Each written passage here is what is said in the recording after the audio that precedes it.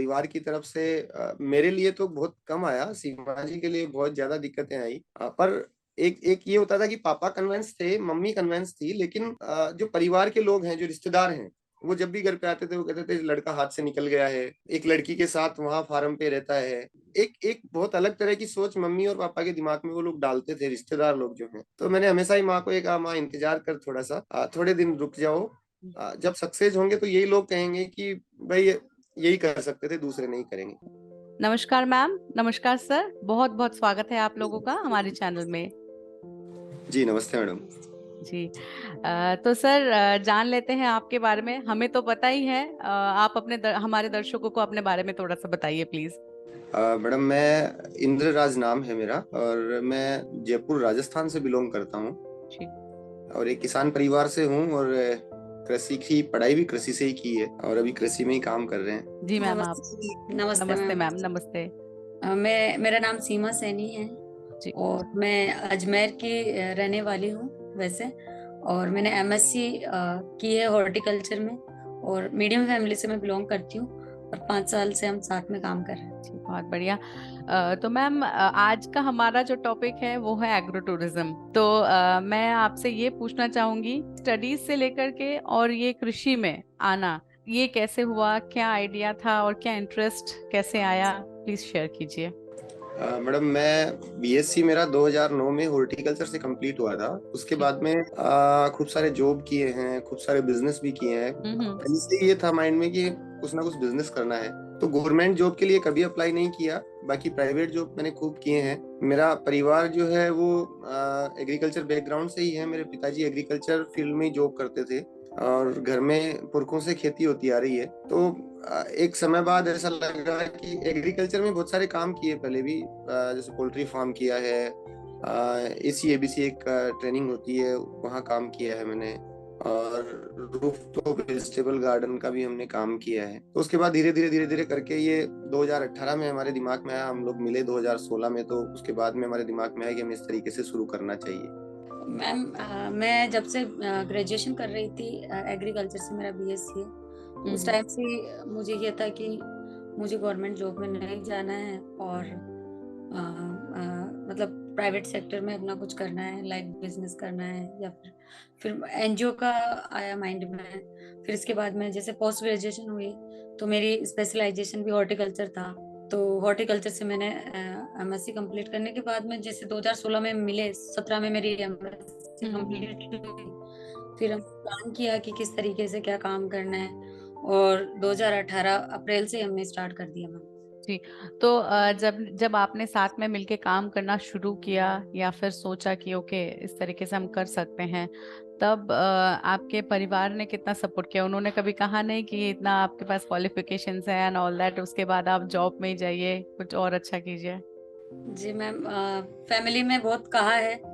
पिताजी तो 2-3 साल तक कहते रहे हैं कि मतलब एमएससी कर लिए और गवर्नमेंट जॉब में जाना चाहिए, ये बिजनेस वगैरह तो होते रहेंगे साइड में। लेकिन मुझे नहीं जाना था, तो मैंने मतलब, और इसके अलावा परिवार में भी काफी लोगों ने मतलब कोशिश की कि मैं इस फील्ड से हट जाऊं, लेकिन मुझे तो ये करना था। तो मैंने फैमिली को भी कन्विंस किया, और आज इस जगह पे है कि मतलब परिवार वाले जो सपोर्ट नहीं करते थे, आज वो सपोर्ट कर रहे हैं हमारा, और फैमिली बहुत मतलब सेटिस्फाई है हमारे से। जी जी। तो सर, अभी जिस पे आप लोग काम कर रहे हैं, तो आप थोड़ा उसके बारे में पहले बताइए हमारे दर्शकों को, एग्जैक्टली आप क्या काम कर रहे हैं एग्रो टूरिज्म पे, और किस तरीके से आप इसको एडवांस कर रहे हैं? मैडम, जब हमने जब साथ काम करने का जब सोचा था, उस वक्त उससे पहले मैं 8-10 साल बहुत सारी फील्ड में काम कर चुका था। तो मुझे एक छोटा छोटा एक आइडिया था कि किसानों के सामने बहुत सारी समस्याएं हैं। खेतों की जोत जो है, खेतों का क्षेत्रफल जो है वो कम होता जा रहा है। जैसे जैसे परिवार बढ़ रहे हैं, तो किसानों के पास खेत कम होते जा रहे हैं, और उनके साथ इनकम भी उनकी कम होती जा रही है। तो हमेशा दिमाग में ये था कि अगर कम जगह किसी के पास है, तो वो ज्यादा इनकम वहां से कैसे जनरेट कर सकता है। तो इसको लेके हमारे दिमाग में चलता रहता था। तो इसलिए हमने एक फार्म की शुरुआत की, जहाँ हमने सबसे पहले तो ये सोचा था कि हम इंटीग्रेटेड फार्मिंग शुरू करेंगे, जहाँ कम क्षेत्र में कम लागत में किसान ज्यादा इनकम ले सकता है। जी। तो हमने यहाँ बहुत सारे, जैसे गाय, है, बकरी है, भेड़ है, ऊंट है, घोड़ी है, मुर्गियां हैं। इसके अलावा एग्रीकल्चर की और भी एक्टिविटीज, वर्मी कंपोस्ट है, अजोला है, वेजिटेबल फार्मिंग है, ये सारा हमने शुरू किया, एक मिक्सअप शुरू किया। मैडम जब हमने मिलके हमने जब बातचीत शुरू की काम करने के लिए, तो सबसे पहला यही था हमारा बीच में दोनों में डिस्कस ये था कि किसान के सामने समस्या क्या है। सभी किसान जो है, हमारा 60-70% जो भारत में किसान है, तो जो किसान के साथ समस्या सबसे बड़ी क्या है, तो हमें ये नजर आया कि किसान जो है वो पहले सब इंटीग्रेटेड करता था, बाजार से कुछ नहीं लाता था, ज्यादातर चीजें अपने खेत पे उगाता था वो। लेकिन आज के टाइम पे जैसे अगर कोई गेहूं लगा रहा है तो सिर्फ गेहूं लगा रहा है, या कोई मस्टर्ड लगा रहा है तो मस्टर्ड ही लगा रहा है। वो इंटीग्रेटेड को उसने छोड़ दिया। पहले इंटीग्रेटेड होता था, लेकिन आज के समय में किसान ने इंटीग्रेटेड को बंद कर दिया। तो हमारे दिमाग में ये था कहीं ना कहीं कि हमने जब बातचीत शुरू की तो कि हम इसको किस तरीके से अवॉइड कर सकते हैं, हमारे यहाँ खर्चा कम हो और जो हमारे पास इनकम आए वो सेफ रहे। तो इस वजह से हमारे दिमाग में 2018 मतलब 2016 से हम इस पे बात कर रहे थे, लेकिन शुरुआत हमने 2018 में की। 2018 ही मेन आपका शुरुआत है।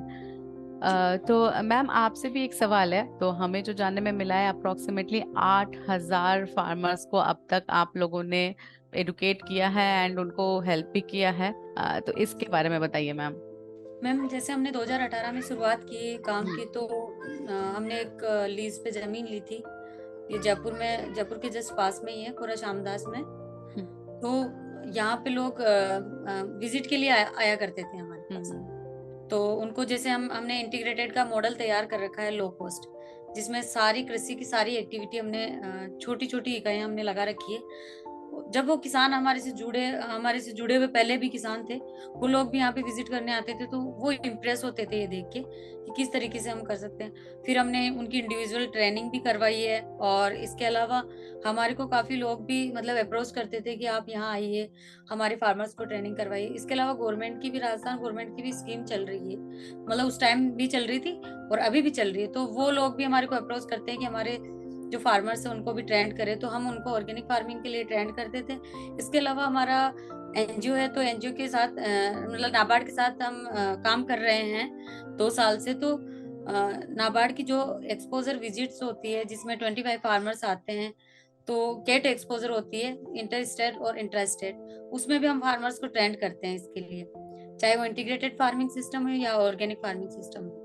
तो मैम ये जो एनजीओ की बात आप कर रहे हैं, क्या नाम है इसका, फॉर्मेशन कब हुआ और कैसे ये आपके काम से रिलेटेड है, आप किस तरीके से करते हैं काम, बताइए मैम। 2018 में हमने एनजीओ 11 अप्रैल को हमने रजिस्टर करवाया 2018 में। उसके बाद में हमने वर्किंग स्टार्ट की मैम। इसके साथ साथ हमने ये भी देखा, जब हमें बिजनेस करना था, जी जी, हमने ये फार्म बनाया, तो हमें लगा कि हम एक इनकम ले सकते हैं इससे, तो क्यों ना हम दूसरे फार्मर्स को भी अवेयर करें, दूसरे फार्मर्स को भी ट्रेन करें कि आप भी अपनी इनकम को किस तरीके से बढ़ा सकते हैं। तो हमें किसी से बातचीत हमने कई लोगों से की, तो उन्होंने कहा कि आपको एक एनजीओ रजिस्टर करना चाहिए और इससे आप फार्मर्स की मदद कर सकते हैं और आपकी भी उसके साथ साथ मदद हो जाएगी। तो हमने ये एनजीओ रजिस्टर करवाया और फिर हम लोग सेल्फ फंडिंग से ही हमने बहुत सारे काम किए। जैसे हमने शुरुआत जो है वो कुछ प्लांटेशन के साथ की थी। हम लोग, गवर्नमेंट स्कूल हैं, हॉस्पिटल्स हैं, गवर्नमेंट की लैंड है, वहाँ हमने प्लांटेशन किया। इसके अलावा हमने पॉलीथीन एनवायरनमेंट के लिए भी हमने काम किया है। इसके अलावा केरला में एक बहुत बड़ा बाढ़ आई थी 2018 में, तो उस टाइम हमने लगभग यहाँ से 7 टन जो है वो खाद्य सामग्री, कपड़े और इस तरह के सामान हम लोग लेके और अलेपी डिस्ट्रिक्ट में गए थे केरल। 10 लोगों की टीम गई थी। और उसके अलावा जो सबसे बड़ा हमारा जो मेन फोकस है वो है एग्रीकल्चर। तो एग्रीकल्चर में हमारा 2 चीजों पे फोकस था। एक फोकस था कि हम किसान की इनकम को कैसे बढ़ाएं, कम खर्चे में कैसे बढ़ाएं, और दूसरा जो फोकस था कि वो लो कॉस्ट कैसे हो, और ऑर्गेनिक फार्मिंग को हम लोग बढ़ाना चाहते थे। और सबसे बड़ी खास बात ये है हमारे इस फार्म की कि ये बहुत लो कॉस्ट है। इंडिया में बहुत बड़े बड़े मॉडल्स बने हैं और उन्होंने करोड़ों अरबों रुपए लगा के बहुत बड़े बड़े मॉडल बना रखे हैं, लेकिन जब एक आम किसान उसको देखता है, उस मॉडल को, तो देखने के लिए तो उसके लिए सब अच्छा है कि बहुत बढ़िया है, बहुत बढ़िया है। लेकिन उसको जब पूछा जाता है किसान को कि क्या आप इसको शुरू करेंगे, तो वो मना कर देता है कि नहीं नहीं इतना पैसा मेरे पास कहाँ है। और अपने मॉडल को देखने के बाद किसान ये कहता है हाँ ये तो मैं कर सकता हूँ, ये तो मेरे पुरखे करते आ रहे हैं। जी तो बिल्कुल, जी इससे बिल्कुल। इससे जो रिजल्ट है वो रिजल्ट का रेप्लिकेशन ज्यादा हुआ। जी, तो आप जिस मॉडल पे अभी काम कर रहे हैं, ठीक है, उस मॉडल के बारे में थोड़ा विस्तार से बताइए और उससे फार्मर्स को कैसे फायदा हुआ है, चाहे वो ऑर्गेनिक प्रोडक्शन या ऑर्गेनिक खेती के लीजिए, फिर उससे प्रोडक्शन और उसके बाद जो एग्रो टूरिज्म से जो रिलेटेड है उससे उसको बताइए साहब। देखिए मैडम, पहले मैं थोड़ा सा एक ये बताऊं कि हम किस तरीके से काम कर रहे हैं। जी इस जी। फार्म पे हम लोगों ने बहुत सारे एक्टिविटीज एग्रीकल्चर की है जो सब एक दूसरे के पूरक हैं। अजोला फार्मिंग हम लोग करते हैं, वर्मी कंपोस्ट हम लोग बनाते हैं, एक छोटा सा नर्सरी हमारे पास है जहाँ हम पौधे तैयार करते हैं। कुछ मदर प्लांट हमारे यहाँ हैं, कुछ मदर प्लांट हम आसपास में लोगों के पास है, तो वहां से हम लोग कटिंग्स हैं, सीड्स हैं, ये लेके हम लोग प्लांट्स तैयार करते हैं। इसके अलावा पीछे खेत में जो है वो हम लोग फार्मिंग, जैसे वेजिटेबल फार्मिंग है, एनिमल फूडर है, या फिर ग्रेन क्रॉप्स हैं, ये सारी चीजें हम लोग यहाँ एक साथ कर रहे हैं। और उसके साथ साथ हम कृषि पर्यटन कर रहे हैं। हमारा मकसद कृषि, शुरू में जब हमने किया था तो ऐसे फिक्स नहीं था कि हम कृषि पर्यटन कुछ होता है, लेकिन हमारा मकसद ये था कि जब हमने ये सारा इंटीग्रेटेड बनाया है, हम जब किसानों को ट्रेनिंग प्रोवाइड करवाएंगे 3 दिन की, तो किसान रहेंगे कहाँ, क्योंकि हमारा ये मॉडल तो गाँव में है। तो हमने उस हिसाब से हमने कुछ रहने के लिए किसानों के लिए एक छोटा सा बनाया था। हमारे पास पैसा नहीं था और शुरुआत में सपोर्ट भी नहीं था परिवार से, और कई जगह से पैसा बिल्कुल भी नहीं था। तो हमारा दिमाग इसमें चला कि हम लो कॉस्ट किस तरीके से बनाएं, कम से कम खर्चे में इसको कैसे बनाएं। तो हमने राजस्थानी कल्चर जो है, या राजस्थान के जो पुराने गांव होते थे, उस तरह का एक मॉडल एग्रो टूरिज्म का भी बनाया, जिसमें झोपड़ियों के रूम है, कमरे हैं। अब तो उसमें अटैच टॉयलेट, बाथ और इस तरह का भी हमने कर लिया है, लेकिन शुरुआत में इतना नहीं था। लेकिन जब ये बनाने के बाद कुछ दोस्त आए तो उन्होंने लोगों को रिकमेंड किया और लोगों को फोटोग्राफ शेयर की, तो उन्होंने कहा हम भी यहाँ जाना चाहते हैं, हम घूमना चाहते हैं, हमारे बच्चों को कृषि के बारे में बताना चाहते हैं। तो इस तरीके से कृषि पर्यटन की भी शुरुआत हो गई।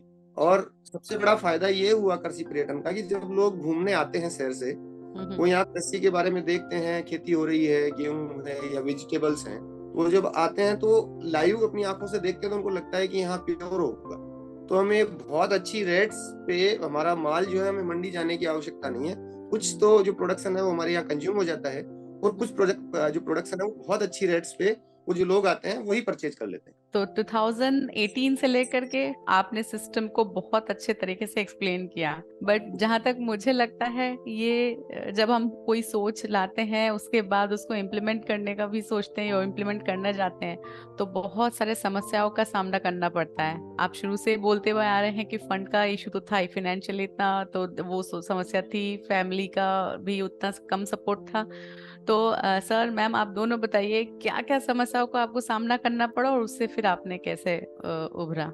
सबसे पहले तो परिवार की तरफ से मेरे लिए तो बहुत कम आया, सीमा जी के लिए बहुत ज्यादा दिक्कतें आई, क्योंकि मैं बहुत पहले 2009 में बीएससी करने के बाद मैं बहुत सारे धक्के खाए हैं मैंने जीवन में। तो पापा को पता था कि ये ठीक है, ऐसे ही करता रहता है, करने दो, कोई बात नहीं। पर एक ये होता था कि पापा कन्वेंस थे, मम्मी कन्वेंस थी, लेकिन जो परिवार के लोग हैं, जो रिश्तेदार हैं, वो जब भी घर पे आते थे वो कहते थे लड़का हाथ से निकल गया है, एक लड़की के साथ वहाँ फार्म पे रहता है। एक बहुत अलग तरह की सोच मम्मी और पापा के दिमाग में वो लोग डालते थे, रिश्तेदार लोग जो हैं। तो इस वजह से फिर मम्मी, पापा फिर भी नहीं करते थे, लेकिन मम्मी थोड़ा सा पढ़ी लिखी नहीं है माँ, तो थोड़ा सा उनके दिमाग में आता था नहीं नहीं समाज में लोग ऐसे कह रहे हैं, रिश्तेदार ऐसे कह रहे हैं, क्या होगा। तो मैंने हमेशा ही माँ को ये कहा, माँ इंतजार कर थोड़ा सा, थोड़े दिन रुक जाओ, जब सक्सेस होंगे तो यही लोग कहेंगे कि भाई यही कर सकते थे, दूसरे नहीं करेंगे। बाकी सीमा जी के सामने बहुत सारी समस्याएं आई इस बात को लेके, तो सीमा जी शेयर करेंगे।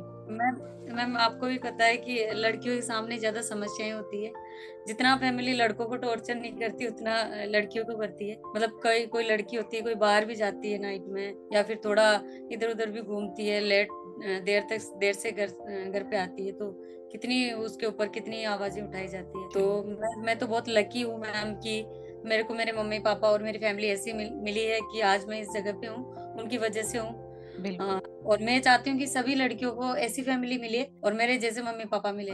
और क्योंकि जैसे इन्होंने बताया कि परिवार वाले लोग ऐसे टांग खींचते हैं, पापा और मम्मी हमेशा मेरा सपोर्ट लेते थे और वो उन्हीं को समझाते थे, मेरे तक बात नहीं आने देते थे कि कुछ करने के लिए, कुछ पाने के लिए कुछ खोना पड़ता है और ऐसे ही जिंदगी में कुछ अलग नहीं पाया जाता। ये मेरे पापा के शब्द थे, तो मुझे बहुत वो मिलता था गर्व, मतलब बहुत गर्व में फील करती हूँ कि सबके पापा ऐसे सोचे। और जो टांग खींचते थे वो परिवार वाले लोग भी अब धीरे धीरे उनका भी माइंड डाइवर्ट हो रहा है कि आज किस जगह पे हम हैं। तो वो बहुत मतलब फील करते हैं कि जैसा इन्होंने बताया कि आप लोग ही कर सकते हो, हर कोई नहीं कर सकता। ये तो हो गई फैमिली की बात। और जब आप इस चीज को प्रैक्टिकली लाइक खेत पे और ये जो एग्रो टूरिज्म है उसको लाइक एक्चुअल में प्रैक्टिकली आप करते हैं, तो उसमें कितना समस्या को सामना करना पड़ा वो भी शेयर कीजिए सर। ये जो जगह हमने ली ये लीज पर है, और हमने ये अननोन जगह थी हमारे लिए। कोई यहाँ एक जमींदार थे, उन्होंने हमें बताया और हमने ये जमीन लीज पे ले ली। जब हमने यहाँ काम शुरू किया तो आसपास के जो लोग हैं उन्होंने इतना टॉर्चर किया, यहाँ के आसपास के गांव के लोगों ने। उनको लगता था कि एक लड़का और एक लड़की रह रहे हैं और यहाँ ये झोपड़ियां इन्होंने बनाई है, तो पता नहीं क्या किस तरह के काम ये करते हैं। तो इनको समझाने में मैडम 5 साल लग गए और अभी भी बहुत सारे लोग ऐसे हैं जो नहीं समझे, क्योंकि इन लोगों को पता ही नहीं था कि हम लोग कर क्या रहे हैं। हम जब शुरू में आए तो हम सारे दिन फावड़ा लेके लगे रहते थे कि हमें मड हाउस बनाना है, तो हमने खुद ने जो मिट्टी बनाते हैं उसके लिए वो बना रहे हैं, या जो भी काम है पशुपालन का वो सब हम लोग करते थे। तो लोगों को लगता नहीं था, कुछ लोगों को लगता है था कि ये पैसे वाले हैं, दोनों कहीं से भाग के आए हैं और इधर आके इन्होंने ये इस तरह का बना रहे हैं और इस तरह के काम कर रहे हैं। पर अभी जाके लोगों को लगा है कि हाँ नहीं, ये कुछ, क्योंकि बहुत सारे लोग अब आने लग गए हैं, कुछ अधिकारी आते हैं, तो उन लोगों को समझ में आ गई कि कुछ अच्छा काम कर रहे हैं या गलत काम नहीं कर रहे हैं। और किसानों को समझाने में तो मैम हमें बहुत ज्यादा दिक्कत नहीं आई। सिर्फ हमें उनको एक चीज बतानी होती है, ये देखने के बाद किसान तो ये समझ लेता है कि ये बनाना तो बहुत आसान है, बहुत ज्यादा हार्ड नहीं है, लेकिन हमें सिर्फ ये समझाना होता है कि इससे हम कमा क्या रहे हैं। क्योंकि किसान को, जैसे हमारे पास 20 मुर्गियां हैं और उनको ये समझाना पड़ता है कि भाई आप अगर 20 मुर्गियां रखते हैं तो आप एक आदमी की सैलरी जो है उन सिर्फ 20 मुर्गियों से निकाल सकते हैं, और उनके लिए कोई खर्चा भी नहीं है। मतलब 15-16 हजार रुपए महीना सिर्फ 20 मुर्गियों से, जिसमें सिर्फ गेट खोलना और बंद करना है। शाम को अपने आप वो अंदर चली जाती हैं, सिर्फ आपको शाम को गेट बंद करना है। और ये एक दूसरे के पूरक हैं। वो गायों के ऊपर डिपेंड है, या बकरियां जो है हमारे खेत के ऊपर डिपेंड है, खेत में से ही चारा निकलता है, बाहर से हम कुछ नहीं लाते हैं। 3 गाय है हमारे पास, देसी गाय है, तो उनका भी चारा सब यहीं खेत में ही होता है, बाहर से नहीं लाते हैं। तो एग्रो टूरिज्म का आइडिया आपका कैसे आया और फिर उसकी शुरुआत आपने की, और अब क्या स्टेटस है उसका? ग्रीन वर्ल्ड फाउंडेशन हमारा एनजीओ है जी। और जब हम इसके चलते हुए हमने एक agro tourism integrated farming system का लो कॉस्ट मॉडल जब यहाँ बना रहे थे, तो मैंने जैसे पहले बताया कि फार्मर्स विजिट के लिए आते थे, तो फार्मर्स के साथ साथ कुछ ऑफिसर्स भी यहाँ आते थे और कुछ मिलने वाले लोग भी आते थे। तो हमने क्या है कि यहाँ जो इंटीग्रेटेड फार्मिंग का सिस्टम का मॉडल एंड ट्रेनिंग सेंटर हमने जब डेवलप किया, तो हमारे रहने की समस्या थी, यहाँ पे ये फार्म पे रुकने की समस्या थी। तो हमने ये जो जिस हट में हम बैठे हैं ये बनाया, और एक मशरूम हाउस हमने बनाया था साइड में। ये दो झोपड़ी हमने यहाँ पे बनाई थी। तो जो लोग आते थे तो उनको ऐसा फील होता था यहाँ पे कि यार कितना अच्छा एनवायरनमेंट है, हम भी यहाँ रुकना चाहेंगे। लेकिन हम कैसे रुके? आप लोग ने तो ये 2 बना रखी हैं, और एक में मशरूम लगाएंगे, एक में आप लोग जो आप मतलब फैमिली होते हैं वो लोग आप लोग रहते हो, तो हम आए तो कहाँ रुके? तो एक मतलब एक रेगुलर सवाल था ये लोगों से हमारे ऊपर। तो हम वहीं से सोचे कि ठीक है चलो कोई बात नहीं, ऐसी झोपड़ियां हम बनाते हैं। हमारे को ये तो पता था कि ये जमीन लीज पे है, लेकिन फिर भी हमने रिस्क उठाई कि कोई बात नहीं, कभी अपनी भी जमीन होगी। तो हमने कोरोना टाइम में कोई वर्क नहीं था, तो कोरोना टाइम में हमने मतलब 4 झोपड़ी सामने बनाई और एक डॉर्मेट्री बनाई। और फिर मतलब जो लुकिंग यहाँ की थी, तो लोग ज्यादा से ज्यादा यहाँ पे विजिट करने लग गए। फिर लोगों ने ये भी डिमांड करी कि यार इस ऐसी जगह पे तो एक पूल भी होना चाहिए था, एक स्विमिंग पूल भी होना चाहिए था। फिर हमने फाइनली स्विमिंग पूल का डिसीजन लिया, फिर स्विमिंग पूल भी हम बनाना चालू किए। तो ये मतलब 1.5 साल का ये था कि ये सारा तैयार हुआ हमारा कोरोना में ही। तो एज ए एग्रो टूरिज्म ये तैयार हुआ है। और हमारे यहाँ पे फैमिली स्टे के लिए आती है, कोई 1 दिन रुकता है, कोई 15 दिन, कोई महीने के लिए भी यहाँ पे रुकता है। और इसके अलावा पार्टीज होती है, बर्थडे पार्टी हुई, एनिवर्सरी, और इसके अलावा जैसे गेट टुगेदर हुआ, मीटिंग्स हुई, जैसे किसी भी कंपनी की मीटिंग हुई तो यहाँ पे वो बुक कर लेते हैं। इसके अलावा एंगेजमेंट पार्टी हुई, इस टाइप से हम वो करते हैं। तो अब मैं आपसे पूछना चाहती हूँ सर, जैसे अगर कोई किसान भाई अपना खेती कर रहे हैं और उसके साथ साथ एग्रो टूरिज्म का भी प्लान कर रहे हैं, ठीक है, तो छोटे स्तर पे वो कैसे शुरू करें, क्या एडवाइस रहेगा? और अगर एग्रो टूरिज्म की बात करें तो कितना लगभग फिर भी खर्चा आ जाता है? मैडम 2-3 चीजें हैं एग्रो टूरिज्म शुरू करने से पहले किसान को देखनी होगी हम्म। कि उनके यहाँ तक पहुंच कैसी है, रोड किस तरह का है। सिटी से बहुत ज्यादा दूर तो नहीं है कि जहाँ तक लोग आ ही नहीं पाएंगे। हम्म। तो थोड़ा सा सिटी के आसपास के जो किसान हैं वो बहुत अच्छे से कर सकते हैं। और अगर गट्स किसी किसान में है और वो वाकई में कुछ अलग करना चाहते हैं तो फिर ये इश्यू नहीं है कि आपने कहाँ बनाया है। बस वो ये होता है कि आपने कितने मन से और कितने दिल से उसको बनाया है, तो लोग आना चालू हो जाएंगे। हमारा अभी लगभग जयपुर सिटी से 25 किलोमीटर दूर है हम्म।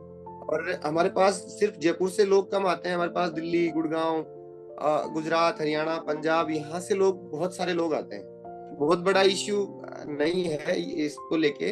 अब इसको शुरुआत के लिए कम से कम इसमें दो चीजें ध्यान रखने वाली है। जैसे हमने राजस्थान में बनाया है तो राजस्थान में हमने आज से 50 साल पहले का राजस्थान कैसा दिखता था उसको थोड़ा सा आज के राजस्थान के साथ मिक्सअप कर दिया है। अच्छा। तो लोग जब आता है हमारे राजस्थान में, जब टूरिस्ट आता है तो वो दो चीजें देखता है। एक तो वो हिस्टोरिकल पैलेस देखने आता है और एक कल्चर देखने आता है कि राजस्थान का कल्चर कैसा था। बिल्कुल। अब गांव में राजस्थान में कल्चर बहुत कम बचा है और लोगों को पता ही नहीं है कि राजस्थानी कल्चर क्या था। तो इसलिए भी लोग ज्यादा फोकस करते हैं कि चलिए वहां चूल्हे की रोटी खाएंगे, सिलबट्टे की चटनी खाएंगे या जो देसी खाना था वो खाएंगे। साथ में पूल है तो लोगों को थोड़ा मॉडर्न भी फील होता है और पूरा गांव का देसी फील भी आ जाता है। तो एक तो ये बात ध्यान रखने वाली है कि जब हम कृषि पर्यटन में जाएं तो उस कल्चर को उस एरिया में डेवलप करें तो लोग ज्यादा प्रीफर करेंगे आने के लिए। अगर खर्चे की मैं बात करूं या बनाने की बात करूं तो बनाने के लिए आप शुरुआत 2-3 लाख रुपए से शुरुआत कर सकते हैं।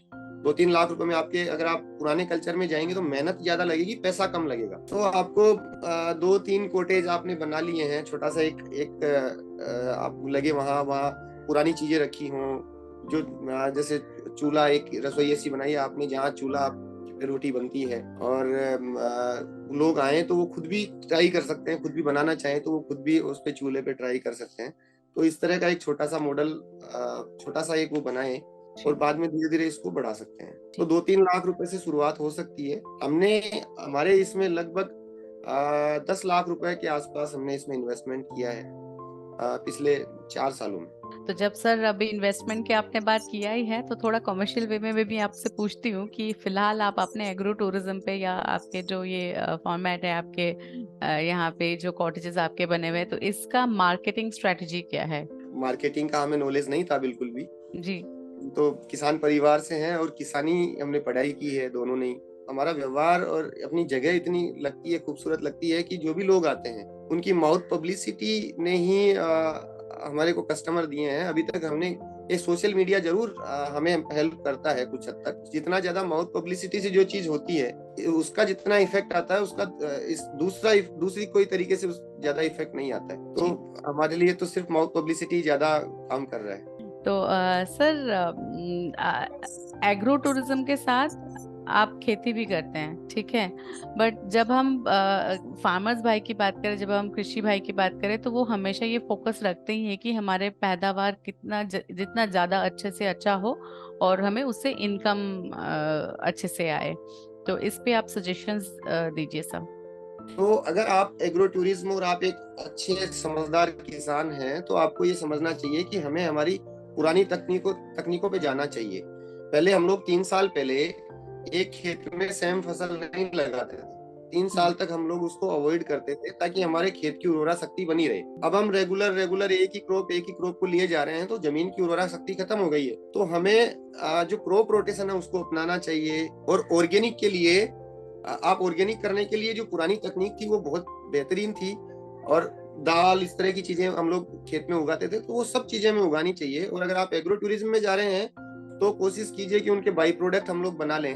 जैसे हमने स्टीविया लगाया है तो हम स्टीविया का पाउडर बनाते हैं, हम कुछ अचार भी बनाते हैं, हम मूंग ये जो दाल चना है उसकी दाल बनाते हैं।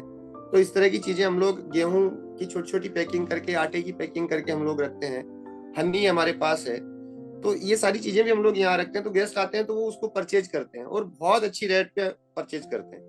तो अगर एग्रो टूरिज्म में हम लोग जा रहे हैं तो ये 2-3 चीजों का ध्यान स्पेशली रखना चाहिए। सर एक सवाल आपसे जानना चाहूंगी कि जब आप एग्रो टूरिज्म आपने शुरू किया था तो इसमें कोई लाइसेंस की जरूरत पड़ी है आपको? मैडम, होम स्टे का हम लोग लाइसेंस ले सकते हैं। जो टूरिज्म डिपार्टमेंट है वो होम स्टे का लाइसेंस देता है। उसके लिए कुछ उनके नॉर्म्स हैं कि आपके यहाँ कैमरा होना चाहिए, आपके यहाँ टॉयलेट बाथरूम इस तरह के होने चाहिए। तो ये कुछ उसके नॉर्म्स हैं। तो आप होम स्टे का लाइसेंस ले लेंगे तो अलाउ है। लेकिन एग्रो टूरिज्म के लिए स्पेशली अभी तक कोई ऐसा गाइडलाइन नहीं है कि उसका रजिस्ट्रेशन हो। और किसान खुद के नाम से ले सकता है, कंपनी के नाम से ले सकता है, लेकिन एनजीओ के नाम से वो होम स्टे कंपनी के नाम से भी नहीं मिलेगा और एनजीओ के नाम से भी नहीं मिलेगा। किसान खुद के नाम से ले सकता है। तो अभी फ्यूचर में क्या और डेवलपमेंट या एडवांसमेंट का प्लानिंग है आपका एग्रो टूरिज्म को लेके? मैम, अभी तो प्लानिंग है कि गवर्नमेंट से हम कर रहे हैं कि गवर्नमेंट ग्रीनवर्ड को कुछ जमीन अलॉट करे और वहाँ पे हम बड़ा मॉडल इसको as a training centre, as a agro tourism का मतलब बहुत अच्छा मॉडल तैयार करने की प्लानिंग है। उसकी ट्राई चल रही है मैम। बहुत सारी एक्टिविटी जैसी है मैम जो अभी हमारे यहाँ नहीं है। जैसे एग्रो इंडस्ट्री की बात करें तो प्रोसेसिंग यूनिट्स हमारे पास नहीं है। हमारे पास पोली हाउस नहीं है, नेट हाउस नहीं है, और हम लोग लीज की जमीन पे इतना बड़ा इन्वेस्टमेंट कर भी नहीं सकते। हमारी जमीन है लेकिन वो थोड़ी मार्केट से दूर है। तो अगर हम ट्रेनिंग पर्पज से देखें तो किसानों की पहुंच के लिए वो बहुत जरूरी है कि हम कहीं सिटी के आसपास ये डेवलप हो तो बेहतर ज्यादा रहेगा। तो अगर हम इसको थोड़ा सा और इस तरीके से ले कि डेफिनेटली एडवांसमेंट तो हो ही रही है सर, तो अगर आप एग्रो टूरिज्म को मिला के या आप अपना खेती जो फार्मिंग कर रहे हैं, तो अगर आप अपना इनकम के बारे में बात करें तो ईयरली आपको कितना रिटर्न मिल जाता है? मैडम 35 से 40 लाख रुपए के आसपास हमारा टोटल रिटर्न आता है, जिसमें से 15 से 20 लाख रुपए का हमारा 15 लाख के आसपास का खर्चा हमारा बैठ जाता है। बहुत बहुत शुभकामनाएं सर टूल्स विला टीम की तरफ से। Thank you so much sir. Thank you.